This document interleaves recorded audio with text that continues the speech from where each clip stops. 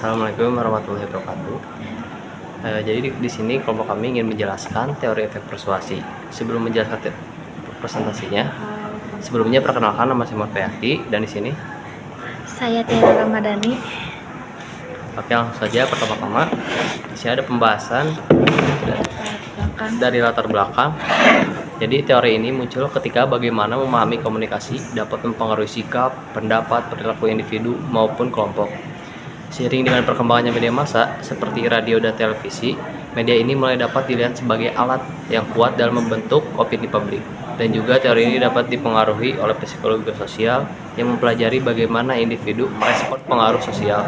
Sehingga penting untuk memahami bagaimana pesan dapat diterima dalam mempengaruhi audiens dalam konteks seperti iklan dan politik. Oke, selanjutnya ada sejarah.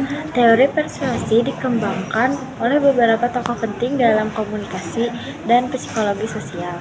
Namun, yang memperkenalkan teori ini adalah Karl Hovland dan tim penelitinya, yaitu Yale University pada tahun 1950-an, yang merupakan pionir dalam mengkaji pengaruh komunikasi terhadap perubahan sikap dengan fokus pada kredibilitas sumber dan karakteristik yang mempengaruhi efektivitas persuasi. Pembahasan selanjutnya adalah definisi teori persuasi. Jadi teori persuasi adalah teori yang berusaha meyakinkan bagaimana pesan komunikasi dapat mengaruhi sikap, pendapat, ataupun perilaku individu sampai kelompok yang melalui penyampaian pesan.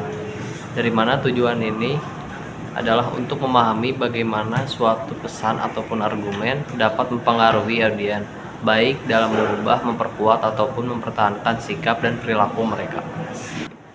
Baik, studi kasus yang kita ambil yaitu efek persuasi dalam kampanye pengurangan penggunaan plastik sekali pakai.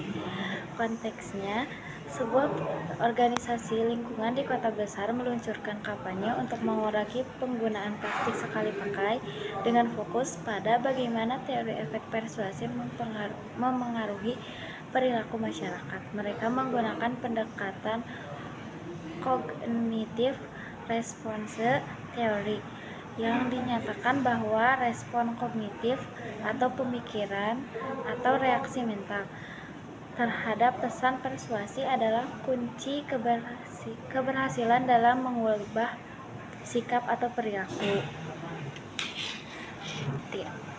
Terus ada masalah, jadi penyebab masalah itu adalah karena menghasilkan lebih dari 500 ton sampah plastik per hari.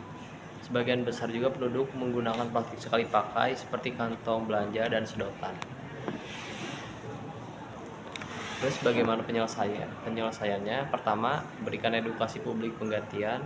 Kedua, alternatif kebijakan. Ketiga, kebijakan pemerintah.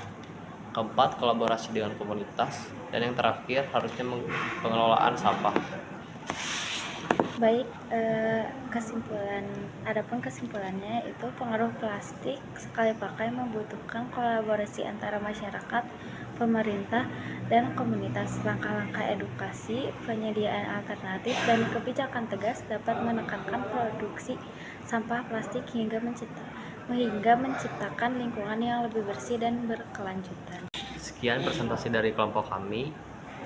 Maafkan bila ada kekurangan dalam presentasi ini. Saya Beaki Nitiara. Wassalamualaikum warahmatullahi wabarakatuh.